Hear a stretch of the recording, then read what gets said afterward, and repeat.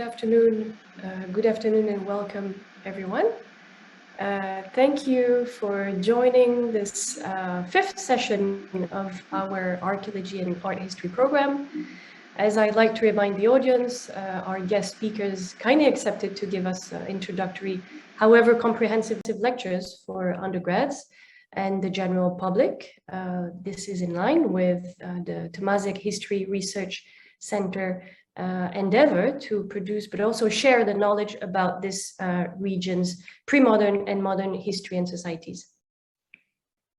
So today's lecture by Dr. Farouk Yahya will address a more recent past by telling us about Malay manuscripts production, mainly in the 19th century, and more specifically, the production of paintings or illustrations, illuminations included in these books.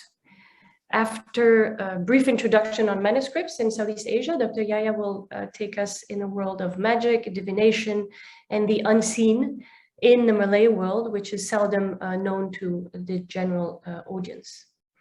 So before I pass the floor to our speaker, let me briefly introduce him. Some of you from Singapore especially will be familiar with his face and name.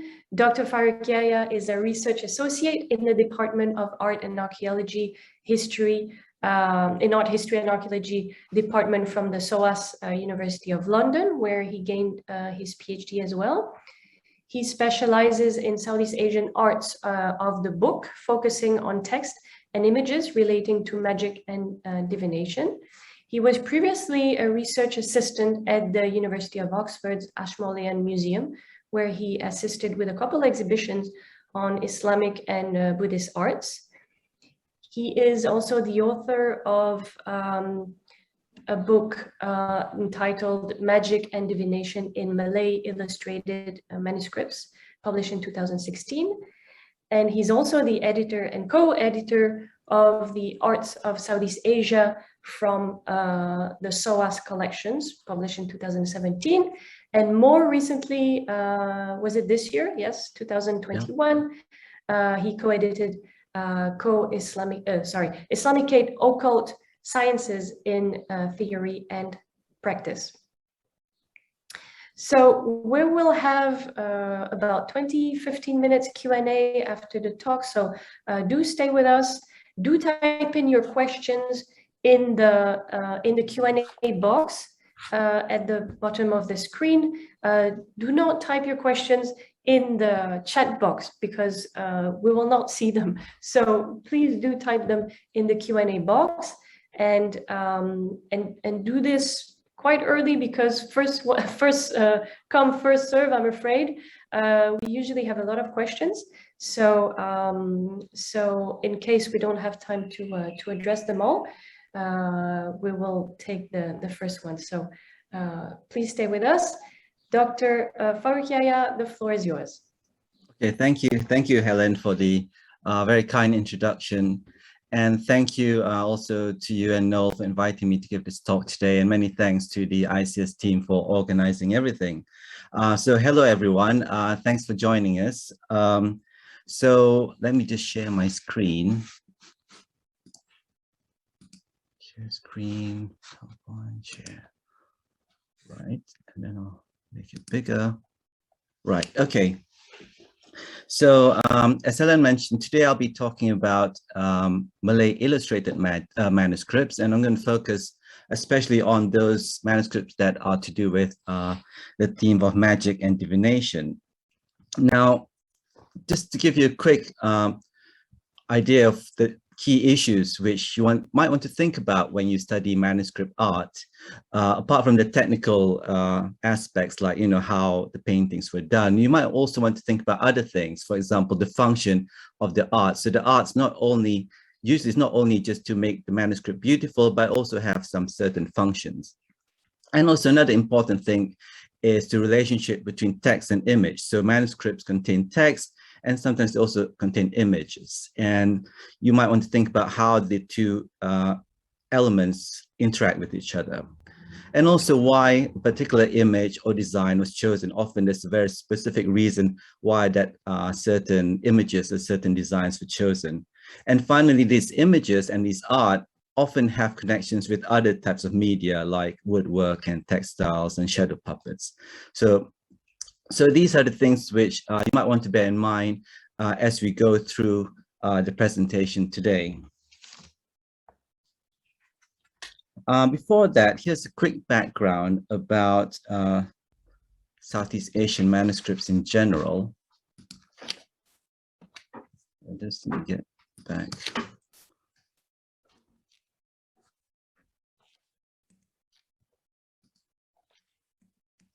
So just quick background about Southeast Asian manuscript in general. So manuscripts means written by hand. So basically they're handwritten texts.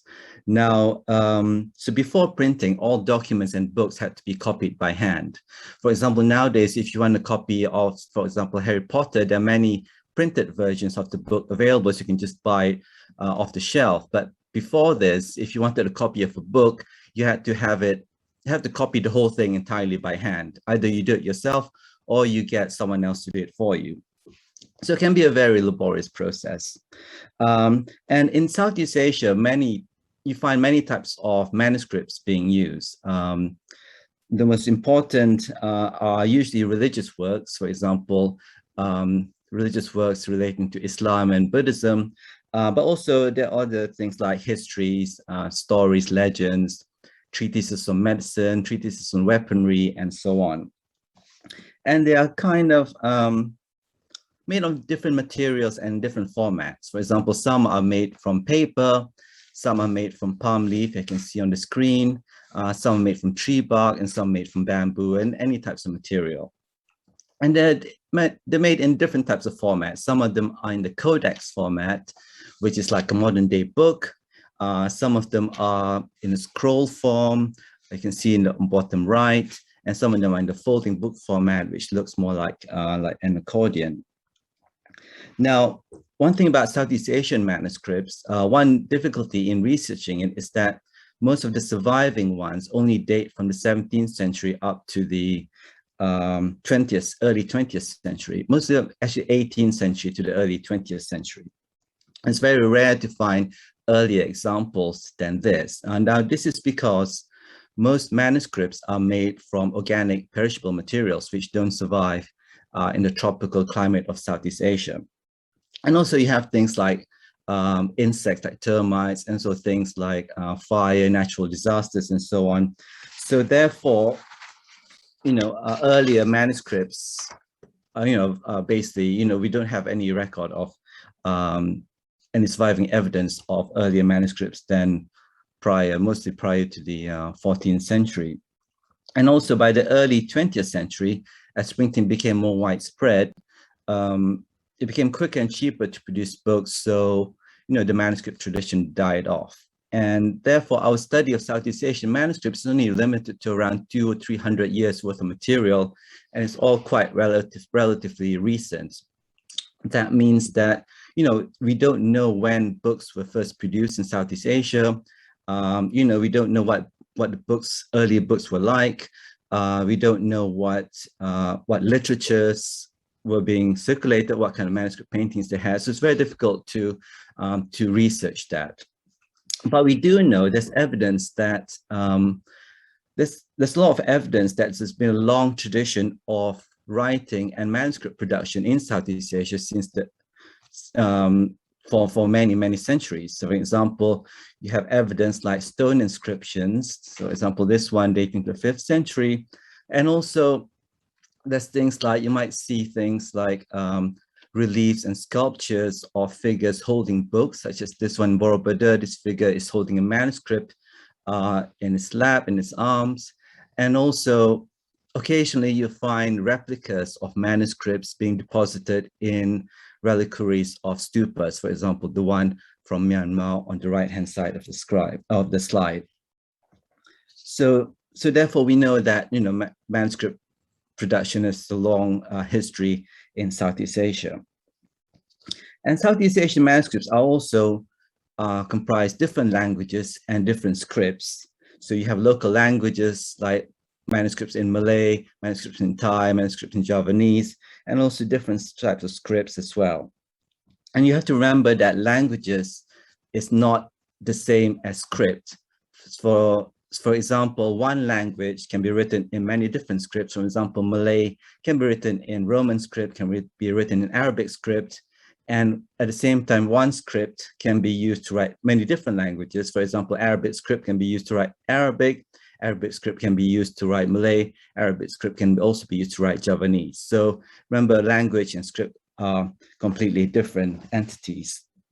So today I want to focus on Malay manuscripts. Now, Malay is basically used as the first language by the people who live in the Malay Peninsula. And by Malay Peninsula, I mean southern Thailand, Peninsula Malaysia, and Singapore, as well as the coastal regions of Sumatra and Borneo, including Brunei. However, Malay was also used by the wider region of maritime Southeast Asia by people whose first language are other than Malay. For example, Malay manuscripts can also be found from Aceh, Java, southern Philippines. So Malay manuscripts can be from any part of the region. So that's one thing you might want to bear in mind. Now, the earliest Malay manuscript surviving earliest Malay manuscript is one found in the village of Tanjung Tanah in Kerinci in Sumatra, and it's been radiocarbon dated to the 14th century. And you can see at that time, Malay, in this manuscript, Malay was written in the form of Indic script. And by the, I think, 13th century, Islam began to be adopted within Southeast Asia. And with the arrival of Islam into the region, it also brought Islamic writing culture. So Malay began to be written in the form of Arabic script, known as Jawi, which is read from right to left. And also books started to become typically made from paper and in the codex format, like the modern day book. Although there's all the other forms of books like scrolls and folding books. Now, as I mentioned earlier, Malay was used in these areas, but you also got to remember the other languages were used at the same time. Now, one prominent one is Arabic. Now, for Muslims, the most important text is the Quran, which is in the Arabic language. Now, the Quran is the word of God, which was transmitted to the Prophet Muhammad through the angel Gabriel, and it's the most sacred text for Muslims. And it's recited frequently and used in religious rituals like prayers. Now, across the Islamic world, many manuscript copies of the Quran were made, and they were often decorated, or usually, decoration is usually termed as illumination. So they are often illuminated. And these type of illuminations you find in Quran manuscripts often vary according to geographical region and also time period. So here are a couple of examples. The one on the left was copied in Baghdad in the year 1000, and the one on the right was copied in Cairo in the year 1304 or 1306. So you can see the decoration or illumination styles are different. Now, Quran manuscripts from Southeast Asia were also illuminated. In general, the illumination styles were derived from other parts of the Islamic world, but with very much of a local flavor. So they're very much of a local style. And you have vegetal motifs, and there's also many variations in terms of geographical region. For example, on the top left, you have the Aceh style of Quran illumination. Bottom left is the Patani style. Top right, you have the Sulawesi style. And on the bottom right is the Terengganu style of manuscript illumination. If you want to read more about the different styles of manuscript illumination in Southeast Asia, you might want to read the publications by Annabel Tay Gallup of the British Library. She's written a lot about these. Now, Quran manuscripts, they may be illuminated, but they're very rarely illustrated. So, however, some other religious texts may be illustrated as well as illuminated. Now, one type of text, religious text, is commonly illustrated are devotional works, especially one known as the Dalailah or Guidelines to the Blessings, which was composed by this Moroccan religious leader named Al-Jazuli sometime in the 15th century. Now, this text was popular all across the Islamic world, not just in Morocco, but also Turkey, India, Egypt, West Africa, and also Southeast Asia. Now, as I mentioned earlier, in manuscripts, there's often a very strong relationship between text and image. Now, the image may serve to explain the text, and on the other hand, the text may also serve to explain the image. Now, in the Dalailah, the text mentions how the Prophet Muhammad is buried together with his companions, Abu Bakr and Omar. Now, Abu Bakr and Omar were his two companions who took over the leadership of the Islamic world after the death of the Prophet. And their three tombs are now in the Mosque of the Prophet in Medina. Here's a replica model of the tombs. And the text of the Dalailah explains how these tombs are laid out. So it basically says, so Abu Bakr's tomb is behind the Prophet Muhammad, and Umar's tomb is near the feet of Abu Bakr's tomb, such as this arrangement here you can see on the screen. So therefore, manuscripts of the Dalailah in the Islamic world often contain illustrations depicting these three tombs. And they're usually laid out in sort of a diagonal line, so laid out almost like a step. So you have the top one on the left-hand side is the Prophet, and then Abu Bakr and Umar at the bottom. And one type of illustration is that they depict these three tombs as a single illustration on the page. Another type of image you find in the Dalailah is of a different type, where you have a double page illustration of the Mosque of the Prophet in Medina on the left-hand page, and you can see the three tombs sort of within the compound of the mosque. And on the opposite page, you have the city of Mecca, which is the other holy city in Islam. And that's often identifiable. Mecca is often identifiable by this black cube in the middle known as the Kaaba, which is where Muslims pray to and also visit on pilgrimage. So these two examples here are the two types of illustrations you find in manuscripts of the Dalailah in the Islamic world. Now, similar illustrations are also found in Southeast Asian manuscripts of the Dalailah.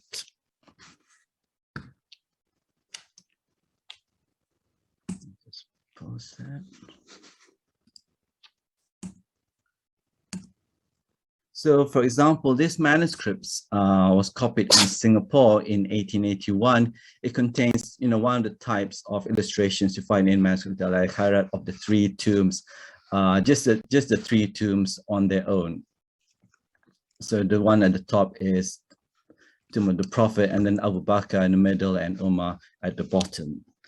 Now, the other type of illustration, the one with Mecca and Medina, is also found in Southeast Asian manuscripts. For example, in this one, which is probably from Terengganu, now in the Asian Civilizations Museum in Singapore. So this one here, again, the double page illustration where you have Mecca on the right-hand side and Medina with the three tombs on the left-hand side. So you can see the themes of the Southeast Asian manuscript of the Dalailah are quite similar to those which you find in other parts of the Islamic world, but there are certain differences in terms of style. For example, Southeast Asian manuscripts often have these vegetal motifs, as you can see in this Asian Civilizations Museum manuscript, and also in terms of color palette as well. For example, Indian manuscripts often use, something you often find the color pink, and also the use of onion domes, illustrations of onion domes within the compound of the mosque. Now, these two elements you don't really find in Southeast Asian manuscripts. You'd rarely find pink being used. And instead of onion domes, the architectural elements, for example, the buildings, often reflect local Southeast Asian architecture. For example, if you see in this illustration of Mecca on the right-hand side, one of the buildings, here's a blow-up, shows a roof, sort of downward sloping curved roof with a flat side, which is a very typical aspect of Southeast Asian mosque architecture, which I think you'll be hearing about from Imran Tajuddin later on in the course. And this type of architecture you also find in other types of structures, such as the pulpits in mosques, like this one from Terengganu as well. Again, you have the sort of sloping curved roofs. Now, so as I mentioned, Malay manuscripts may also contain literary works like poetry, stories and epics and legends. But however, these types of texts, literary manuscripts, are rarely illustrated. However, one exception to this rule is a group of 3 manuscripts, which were from copied in Kampung Kapur in Singapore, dated back to the early 20th century. One on the left-hand side, and they're now all in the University of Malaya Library in Kuala Lumpur. One of them is the Tale of Hanuman, Hikayat Hanuman from the Ramayana. And what's interesting is that the Hanuman manuscript contains a note saying it was copied and owned by a woman named Encik Siti Mariam bin Encik Sabudin in 1905. So we know that women were also involved in the production and ownership of Malay manuscripts. The middle one here is also from the same group, Tale of Dewa Mandu, and it also has the lady's Encik Siti Mariam's signature in it, so we know that it's from the same group. And the one on the right-hand side, Tale of Indra Mangindra, also belongs to the same group as the other 2. So these manuscripts haven't been studied in detail, but just to give you a brief explanation by the illustrations, often the paintings within the manuscript reflect the scenes. So for example, for the Hikayat Hanuman, the text above the painting describes a scene where Hanuman and another monkey, Nilabat, are defeating some ogres or raksasa, some giants.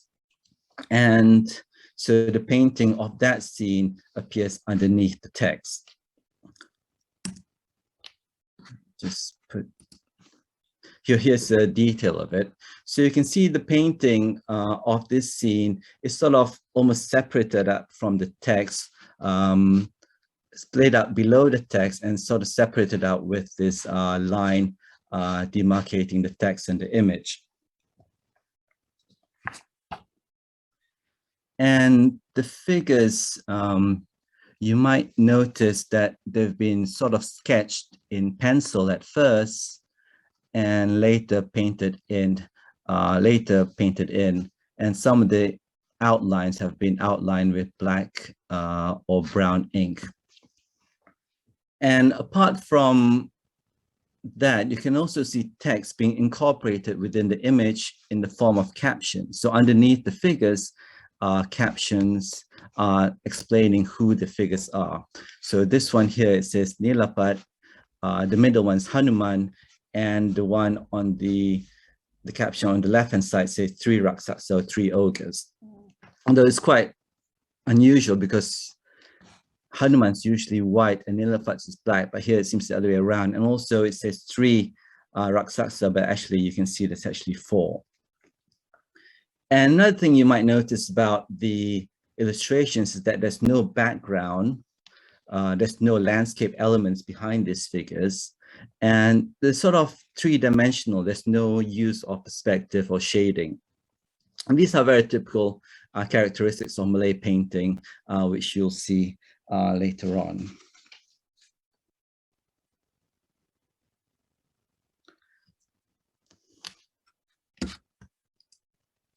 Now, literary Malay manuscripts are often not illustrated, but one genre of text in which you find illustrations are the ones relating to magic and divination. Now, just to explain magic, basically you're trying to change something by calling upon a superhuman force, for example, God. So it includes things like spells and talismans and amulets and that sort of thing. Now, divination, basically you're trying to see something which you cannot see physically. For example, you're trying to find out where something's gone missing, where has it gone? Or, if someone's ill, what's the reason for them being ill? Or also to see something, what's going to happen in the future. And it includes things like astrology, numerology, reading omens, and that sort of thing. Now, in Malay manuscripts, most of these techniques are recorded in notebooks, which are compiled and used by magicians, physicians, but also other people like religious officials and also lay people who might be interested in this material. Now, typically the depictions, illustrations in these manuscripts are often, again, very schematic, very two-dimensional. There's no use of shading, there's no use of perspective, and there's no landscape elements behind them, or there's no background.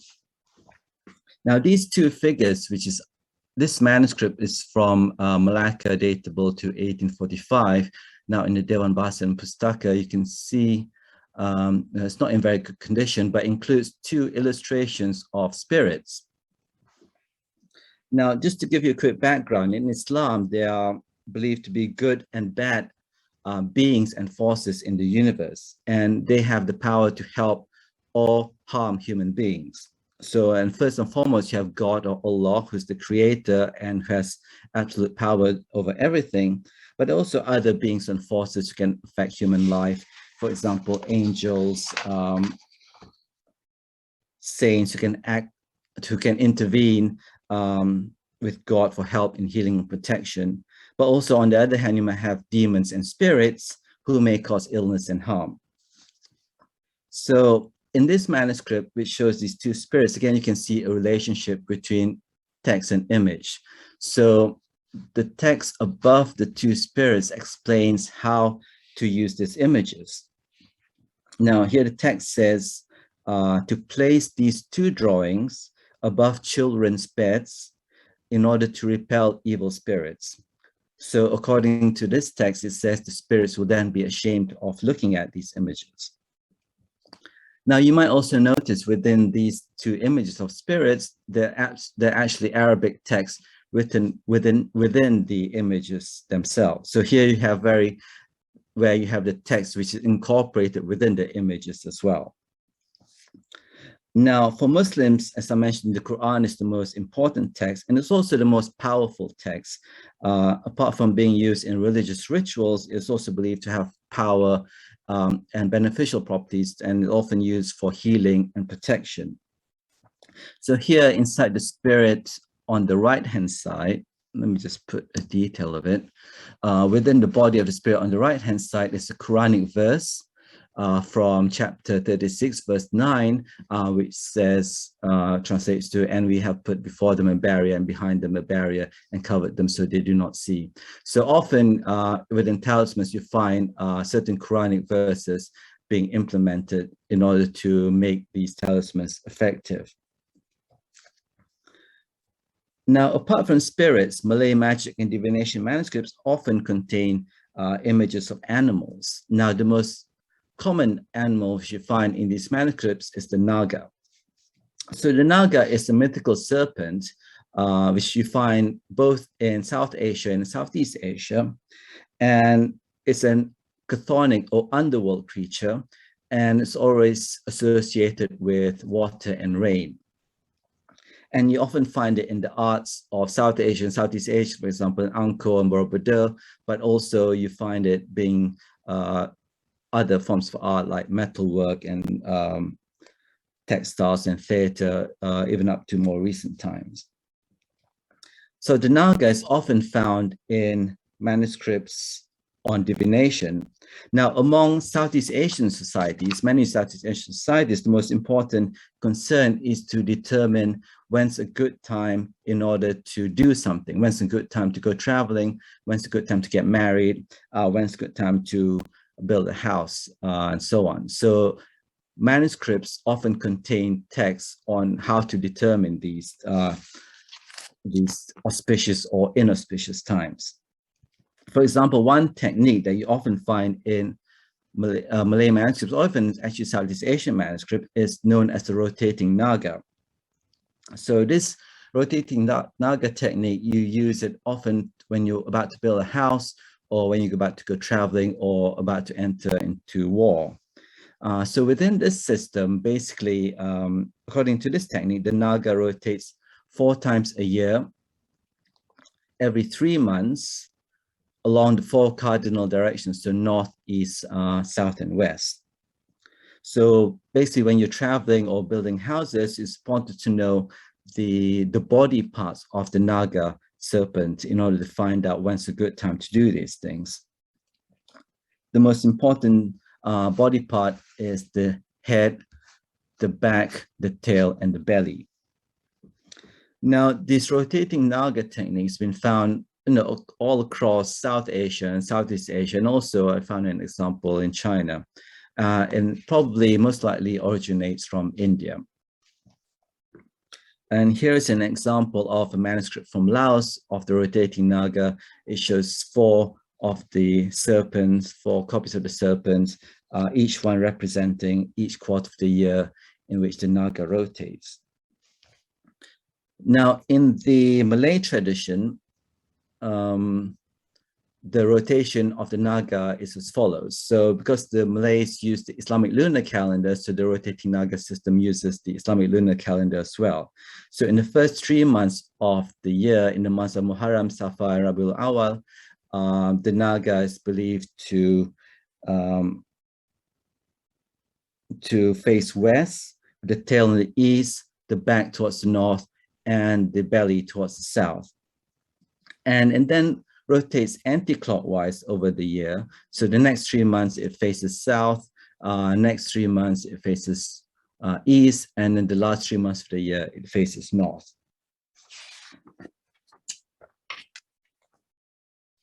In the Malay manuscripts, the text of the rotating naga is usually accompanied by an illustration of a single naga. So for example, the Laos manuscript earlier, and also in Thai manuscripts, you find 4 nagas, but in the Malay manuscripts, you find just a single naga typically. These manuscripts in the Stamford Raffles collection in the Royal Asiatic Society in London, and it's dated 1806. Most probably copied in Penang, where Raffles was based at the time. So I guess you're all familiar with Raffles. During his 20 years in Southeast Asia, serving the East India Company, Raffles also collected a great number of specimens, animal, plant specimens, but also ethnographic material. And he also collected quite a number of Malay and Javanese manuscripts, which are, most of them are in the Royal Asiatic Society. Now, he collected manuscripts, for example, this one on the left is a Malay manuscript, the one on the right is a Javanese manuscript. He collected manuscripts on many different topics, either by obtaining the originals or he had them copied for him, he had them commissioned to be copied for him. Now, the manuscript with the rotating naga in the Raffles collection, Raffles Malay 34, as I said, it's dated 1806, and it has a colophon, which a colophon is basically, sometimes in manuscripts you have a colophon, which is basically information given by the scribe or the copyist about his name, and also the date when it was copied and where it was copied and for whom it was copied. Usually the colophon is located at the end of the manuscript, but in this particular example, it's located at the front of the manuscript here on the top left-hand corner of the page. So according to the colophon, the title of the manuscript is Undang-Undang Negeri Makassar dan Bugis, the laws of the countries of Makassar and Bugis. And the scribe also gives his name, Muhammad Qasim, and also gives the year, which is equivalent to 1806. So this sort of information, if the manuscript has a colophon, be very useful to understand where and when it was copied from. It doesn't actually say whether it's copied for Raffles himself, so it might be he either obtained it for someone, it might have been copied for someone else and just obtained it later, or he might have commissioned this copy itself. It's not quite clear. Now, although this manuscript is titled The Loss of Makassar and Bugis, it actually includes a large amount of material on talismans and also divinatory techniques. Here are basically talismanic designs used to repel evil spirits. I can see these sort of six-pointed stars and this sort of figure here. As I mentioned, also includes the rotating naga.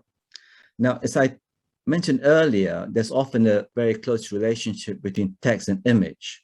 Now, what's unusual about this manuscript is that the text on the rotating naga is at the beginning of the manuscripts, on the left-hand side, page 1 and 2, and yet the image is actually at the end of the manuscripts. So it's not quite clear why the text and the image are separate within the manuscript, one's at the beginning and the other one's at the end. So that's quite unusual. And you might notice that along the figure of the naga, there's various text. So here you have captions explaining the body parts of the naga. So here you have a very close relationship between text and image. It says, for example, this one is its belly. So the text says, if you approach, it's mainly connected with warfare. So it says, if you approach the naga from the belly, you will win the war. But on the tail, it says, you know, if you approach the naga from the tail, it's very bad. Many will die or be injured. Now, there are other similar creatures to the naga in other cultures around the world. For example, you have the Indian naga, you have the Chinese dragon, and you have the European dragon. So, you know, just a quick poll, which creature does the Malay naga most closely resemble? Is it the Indian naga, Chinese dragon, or European dragon? So Darren, can you put up the poll, and then we can, if you take a few seconds to answer it.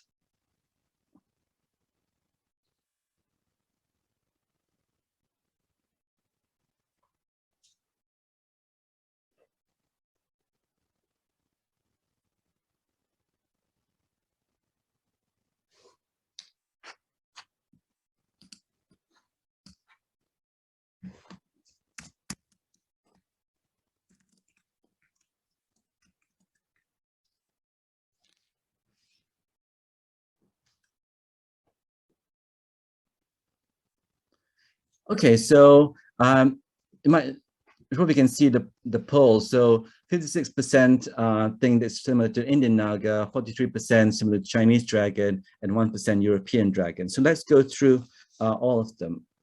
So the Indian naga often looks more like a cobra. So you can see on the left-hand side, it has no legs and it's hooded. It has a hood on the head and often has multiple heads, usually an odd number of heads, like 3 or 5 or 7.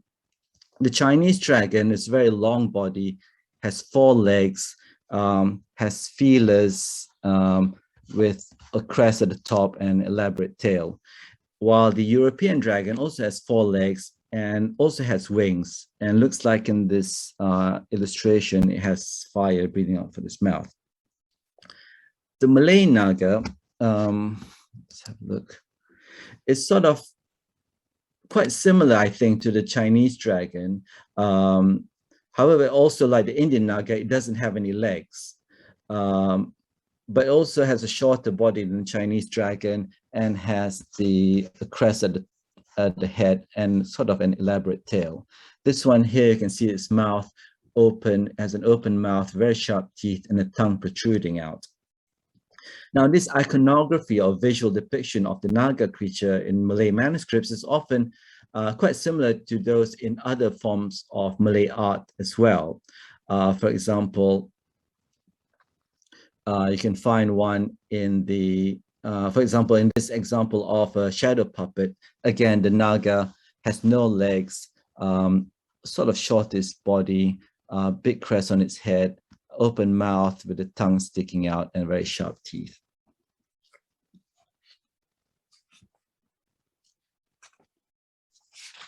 Now, this iconography of the Naga is also found in other manuscripts in Southeast Asia. Here's a few examples. There's a Shan depiction of the Naga, Cham, Bugis, Javanese, and Thai. Again, very similar, no legs, usually depicted in profile from the side, a crest on its head, sometimes with an open mouth with the tongue sticking out. So basically, you know, it shows that there's a very shared artistic heritage across Southeast Asia within the region. Now, the Naga also appears in other time cycles. This calendar is known as the Rajan Calendar. So basically, each day of the month, 30 days, is symbolized by an animal or an object, including the Naga itself. For example, in the Rajan system, on the 9th day of the month is the day of the dog. On the 10th day of the month is the day of the Naga.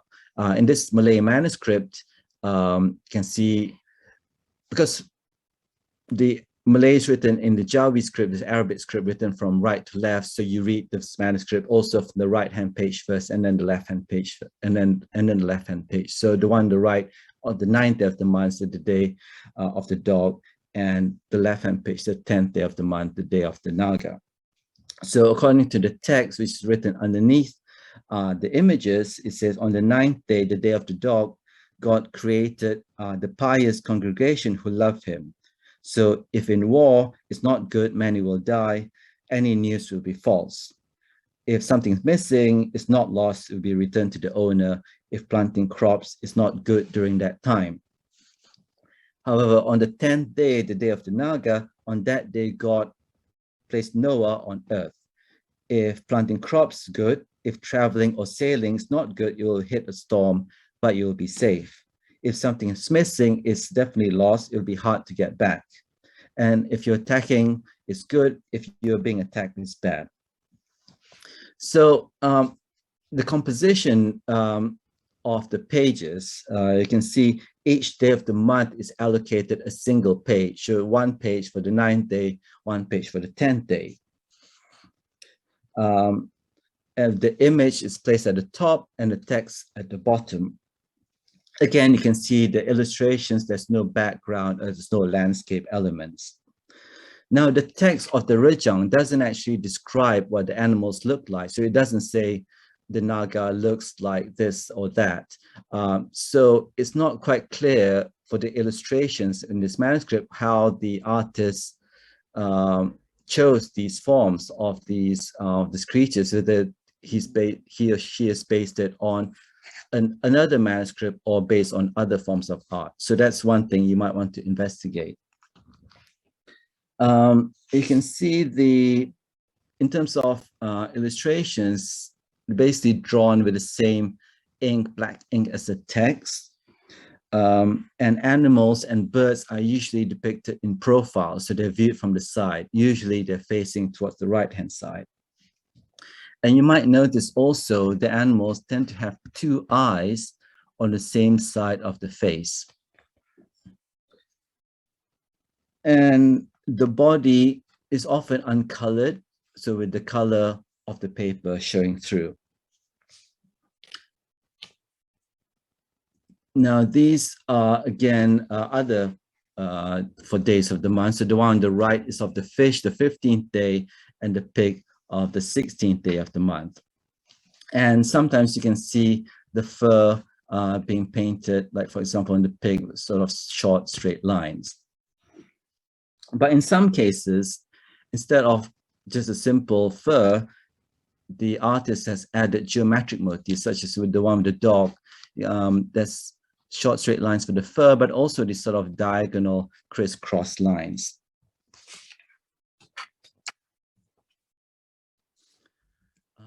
And these are more examples. There's the lion and the elephant. So the elephant's the 13th day and the lions for the 14th day. Now, apart from Malay manuscripts, the Rajan Calendar is also found in other cultures in Southeast Asia, for example, the Batak, the Lampung, the Javanese, and in Makassar as well. So here's an example of a Javanese manuscript showing the Rajan Calendar. You have the elephant on the left and the lion on the right.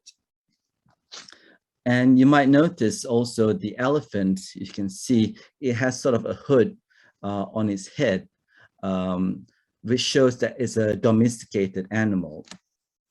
So, this is, you can see it in real life. This one's from Thailand. You see it has this sort of covering on its head. So it shows that it's a domesticated animal. However, in the Malay version just now, we just seen the elephant doesn't have any trappings or any ornaments on it. So it's being depicted as a wild animal rather than a domesticated one.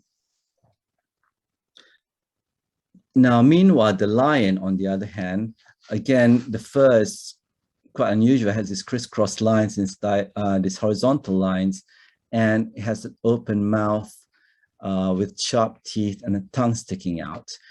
And you might not be able to see it, but it also looks like it has wings. So the lion is not a native Southeast Asian creature. So sometimes the images of lion in Southeast Asia can be quite fanciful.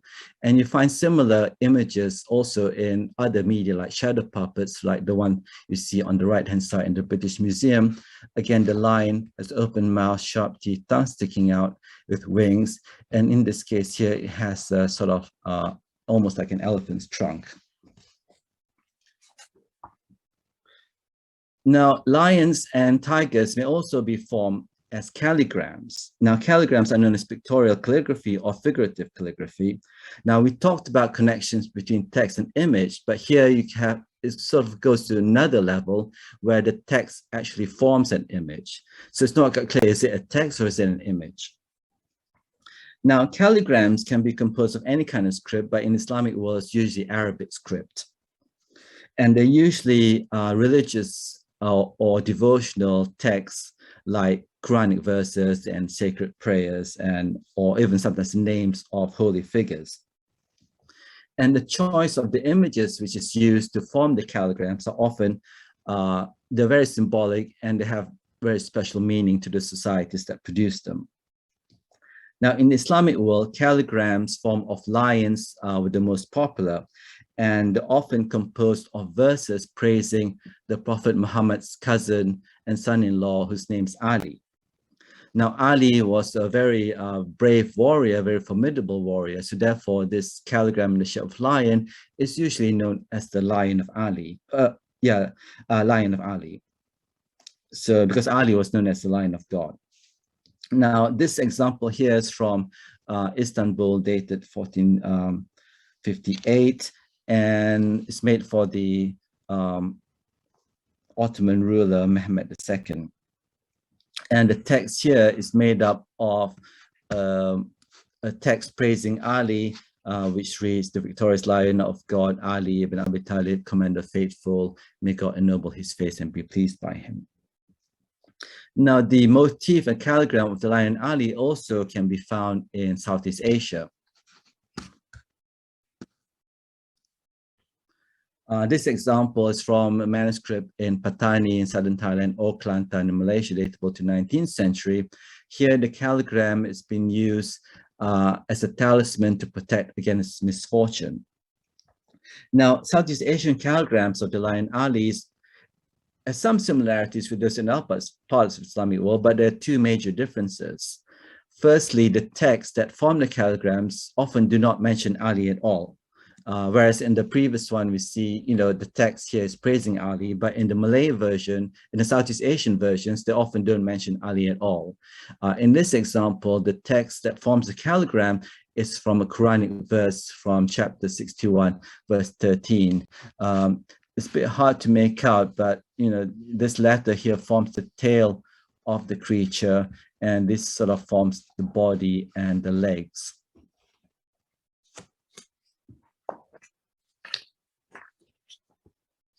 Another way in which Southeast Asian calligrams rely on Ali differ from other parts of the Islamic world is that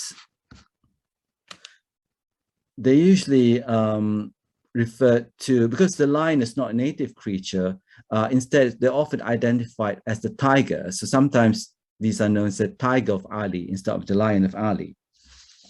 Now, as I mentioned, the calligrams, the images of the calligrams are often symbolic and have some meaning to the local population. So for Southeast Asians, the tiger is also, instead of the lion, the tiger is also a very powerful creature, not just physically, but also magically. It has believed to have some magic powers. So you often find talismans made from tiger body parts, and also images of the tiger can be used as talismans as well, such as in this talismanic shirt.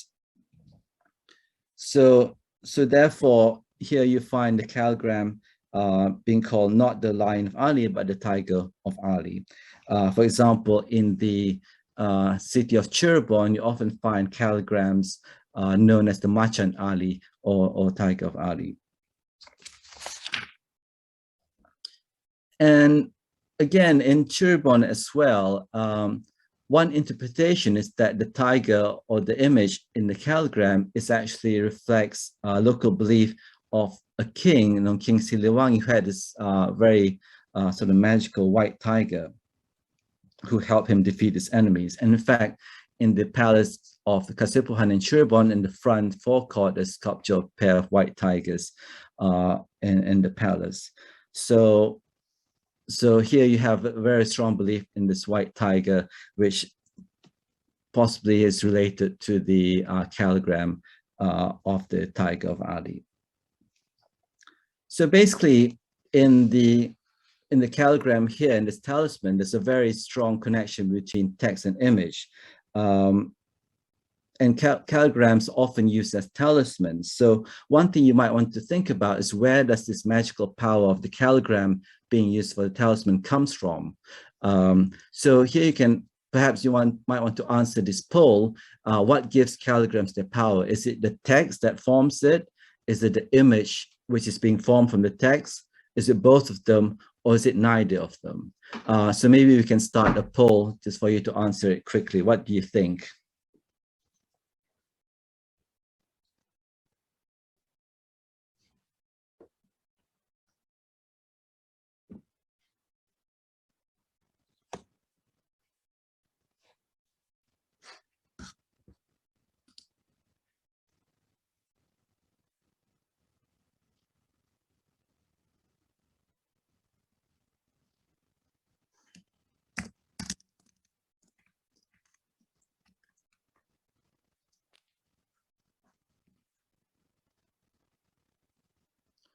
Yeah, so 79% of you answered both. Yeah, that's right. So basically, the texts have power. In the case of this manuscript, it's made of Quranic verse.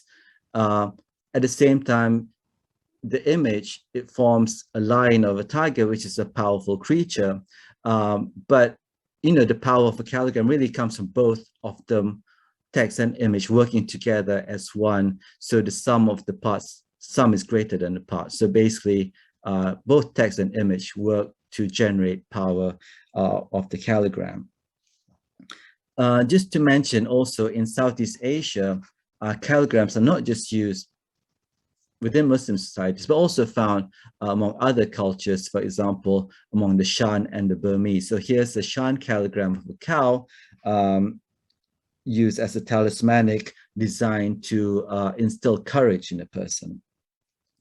So it's not quite clear when other parts of Southeast Asia began to use calligrams, but they show that the power of calligrams, the use and benefits of calligrams, is quite widespread within Southeast Asia. It's probably a very long standing tradition within the region. So just to conclude, just to repeat the things you might want to think about, function of the art.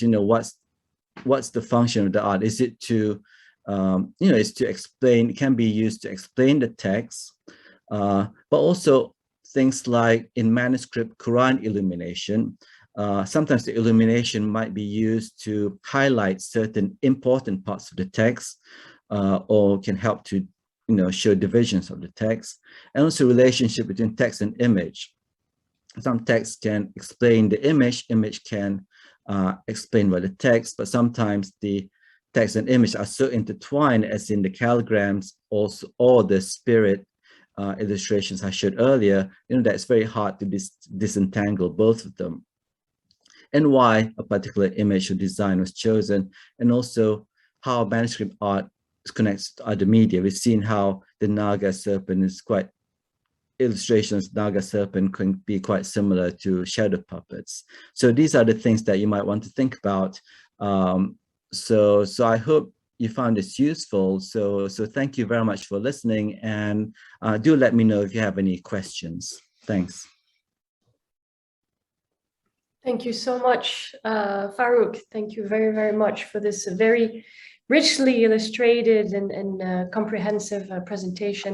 Thanks for making your presentation so easily to follow, so informative, but also very easily to follow. I think most of us appreciate this very much, knowing how complex this topic is. Thank you so much for taking the time for simplifying it.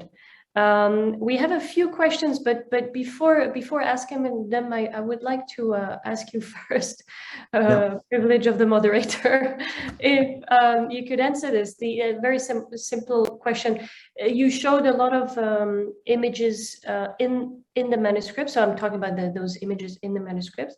Were they actually shown to patients going to visit those magicians or bomos or dukuns, whatever you call them in the Malay world, or were they just for the benefit of the healer, as talismans themselves for the healer or for the owner of the book, of the manuscript, or were they used for the potency, their own potency, to strengthen the text that they were illustrating? That's very good question. I think quite often, I think with the images, for example, spirits, they're used by the owner or the practitioner. This is a template which he or she can then use to make the actual talismans. And also the rotating Naga images, I think they're mainly used by the practitioner, the owner of the manuscripts themselves.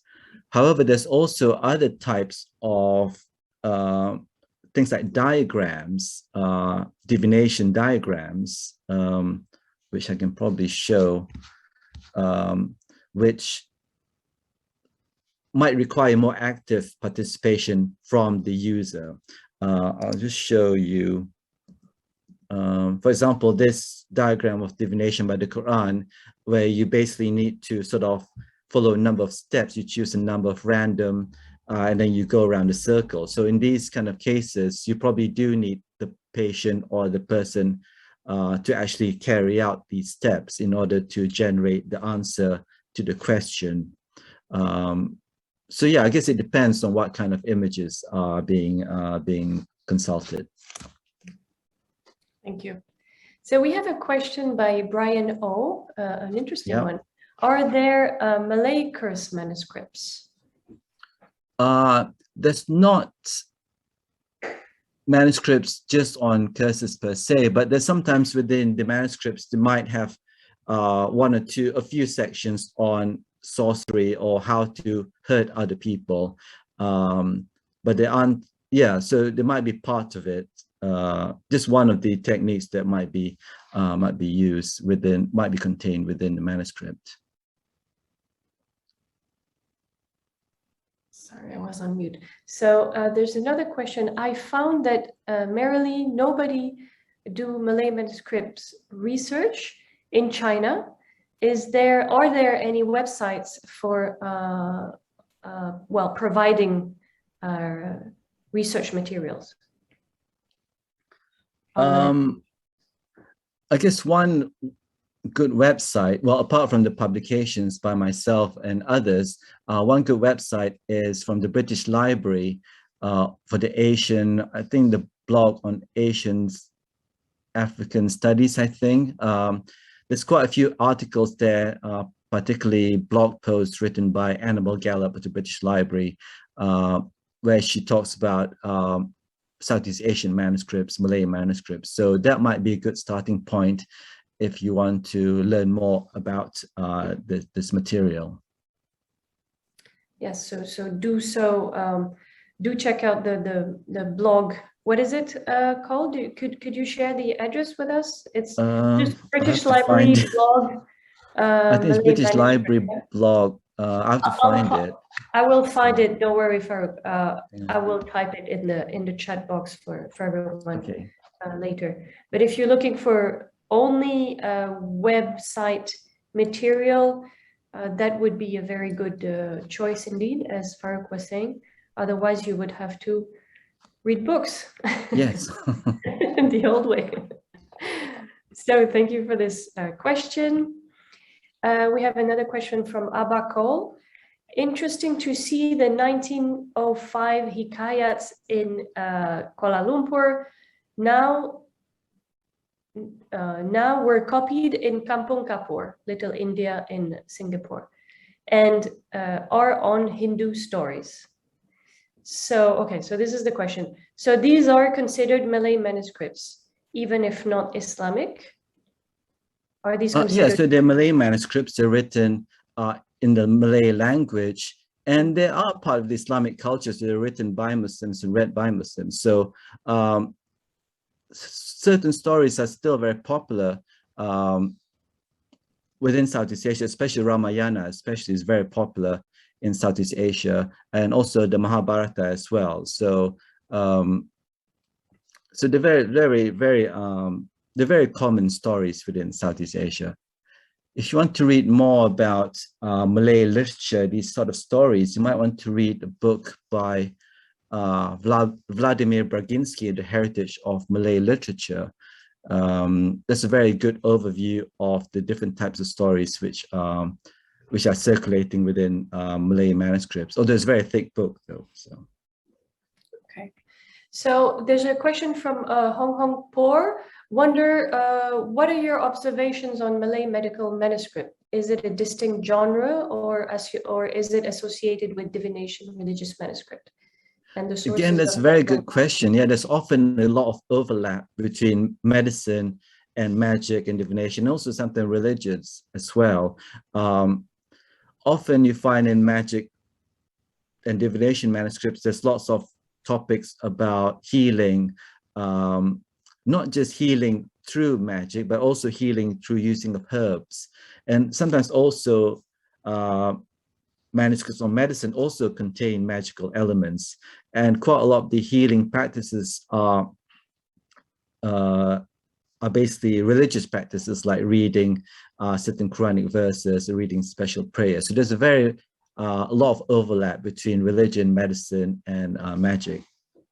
And the source of medical knowledge, local or global, some of it can be quite local as well. Lots of use of herbs and other sort of materials, but there's some techniques, some divination techniques, which are also derived from the wider Islamic world as well. So it's sort of a mix, basically. Right. We have another one from Sherbanu A.L. Kankan. So a follow-up on the previous question on the 1905 hikayats. Could you explain which manuscripts these were copied from? Well, we don't know where these manuscripts were copied from, where the original manuscripts are copied from. So as I mentioned, the manuscripts, there's three. I showed you three. There's actually a fourth one. Apparently there's a fourth one in Johor, which I haven't seen yet, also part of the same group. And they were copied, as I said, in Kampung Kapur around 1905, 1900s. They haven't been researched very much. So we don't know, if we don't know what the context behind these manuscripts were, where the original manuscripts were copied from, what's the connection, why they were copied, who's this lady. And I might also mention also in the National Library in Malaysia, there's also another manuscript from Kampung Kapor, which is also a divination manuscript. So it seems like, you know, I'm not quite clear about the role of Kampung Kapor in manuscript production, but it seems like there were a number of manuscripts being copied there around the early 20th century. Okay, thank you. I'm going to cherry pick a little bit, a few questions, because we are running out of time. Could you talk a bit, from Jeffrey, could you talk a bit about the different circumstances through which manuscripts collected and transferred to Britain? How much evidence is there of goodwill and good faith by their donors and or authors? So manuscripts were collected, quite a lot of manuscripts copied by European collectors, British collectors. Quite often they, like Raffles, for example, he sort of collected manuscripts, but many of the Malay manuscripts are actually copies. So they're not sort of originals. They were, the owners didn't want to let go, so the European collectors often had to make copies for them, to have copies, to make copies for them. So basically they commissioned their own copies and then brought them back to Britain. And one way in which you can distinguish whether a manuscript was made for a local or made for a European is that European manuscripts are often very clean, sort of very, very tidy, very clean. So they haven't been used very much. The owner might read it once in a while to research, but so often very clean. Whereas local manuscripts, you can see sometimes they're very heavily used because they're used daily. Sometimes you can see stains, thumbprints, and so on. So many of quite a lot of the Malay manuscripts in European collections were actually commissioned by Europeans for their own collection. In the case of Java, sometimes it was looted as well, wasn't it? Yeah, there's a few, but there's a few. I think Yogyakarta, if I'm not mistaken.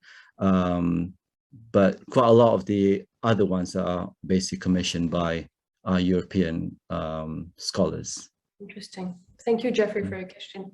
From Muhammad Shukari, are there any Malay divination manuscript with colophon of the owner, specifically the Bawang? That's an interesting one.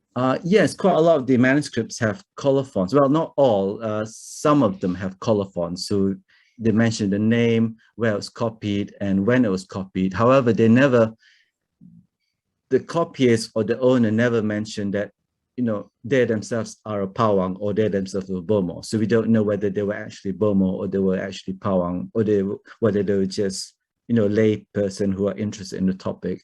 So they don't identify, they don't say, my name is Bomo or my name is Pawang something, and I copied this manuscript. They don't mention whether they're actually Bomos or Pawang. So that's what I found with going to all these manuscripts. Great. Okay, a quick one on material. What was used to color manuscripts from Hong Swilin? That's a good question. I'm not sure there's been much technical research about the inks. Most of them are inks, different colors inks. Usually, for Malay manuscript, the art is usually the paintings or the diagrams use the same ink as the text, so the black ink, also red ink as well. So quite often the colors are black and red. Sometimes you find yellow as well, which can be quite common. Gold, Terengganu tends to have quite a lot of gold in the Qurans. Sometimes it depends on the region of Southeast Asia as well. Right. Thanks. So from John Teo, I guess this refers to female. So you showed how females could also be Yes. owners, right, of the manuscript. Yeah. Could you tell us more about the scribes? Who were they, male or female, different for text and images, or the same people, educated or illiterate? The majority of the colophons have, from the colophons, the majority seems to be male, the owners and copiers of the manuscripts. But again, as I showed, however, you do find a few examples where they were copied by females. For example, the one for the Kampung Kappa I showed earlier. But it seems that most of them were by males. But then on the other hand, quite a lot of the manuscripts also don't have colophons, so it's hard to tell who the owners were.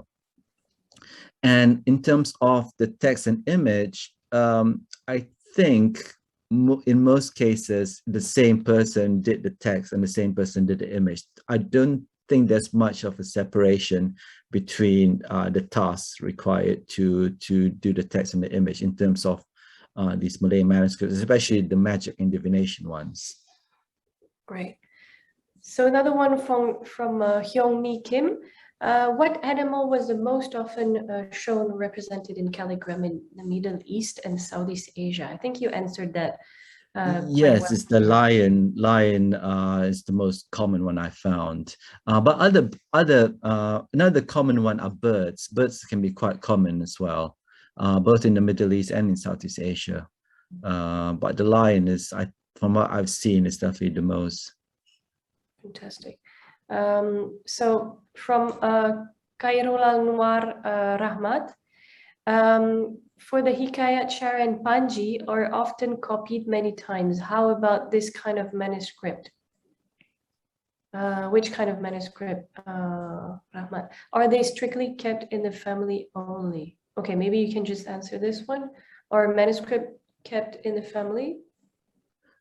I think so. I think, yeah, as I mentioned, sometimes when the Europeans wanted a copy of manuscript, sometimes they had to make their own copy, so the owners wouldn't let them have it.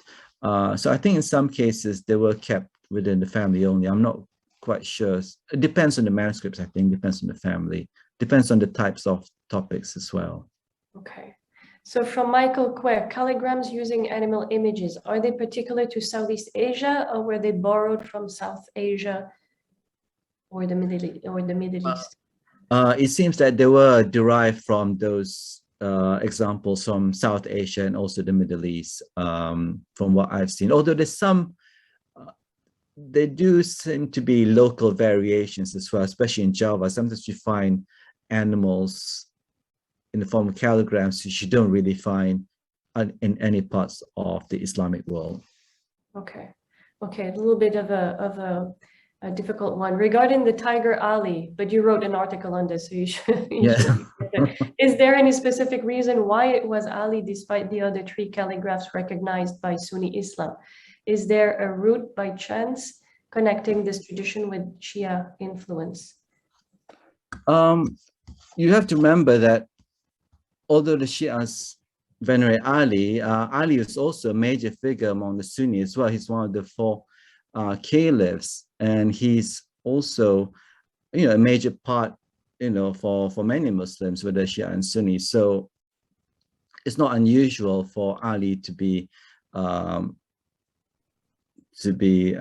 for devotion towards Ali, and the Lion of Ali is because he was known as a brave warrior, so he's known as a lion of God. So that's one reason why he's embodied as a calligram as the Lion of Ali. But also within Southeast Asia, Ali also represents other things. He's also known as one of the partners.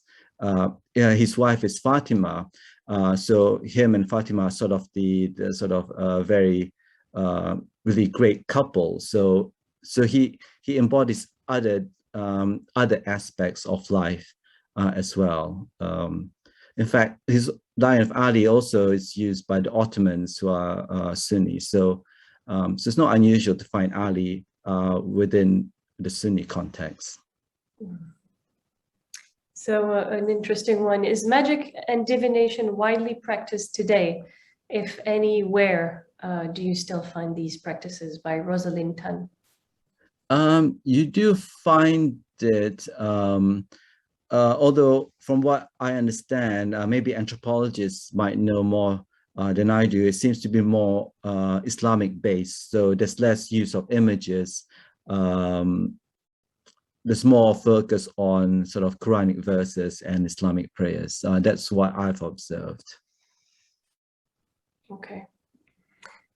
Any notable or interesting example where the scribes and copiers of Malay manuscript being non-Muslim and or non-Malay by Pak Juanku? That's a good question.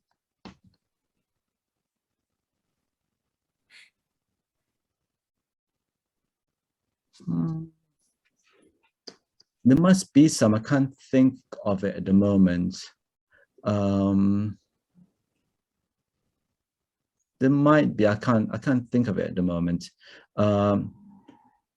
You might also, what's interesting about, if you remember the manuscript from Malacca from 1845 with the two spirits, what's interesting about the manuscript is that it also has some text in Tamil within it. In Tamil text, I think on medicine, if I'm not mistaken. So that's a very interesting, it needs more research about how the connection between the Tamil text and the Malay manuscript in that case. So I think that's definitely a quite interesting topic for further research. Great. Dr. Farouk Yahya, Farouk, thank you so much. Thank you everyone for joining this webinar.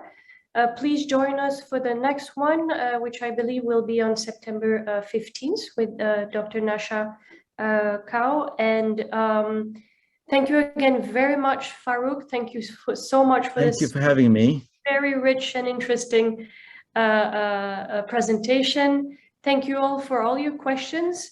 I believe we have to, we've reached the end of this seminar. We're running a little bit late. For the questions regarding bibliography, please do just Google Farouk Yahya on the internet, and you will find all the further information that you will need. Voilà. Thank you very much. Thank you, everyone.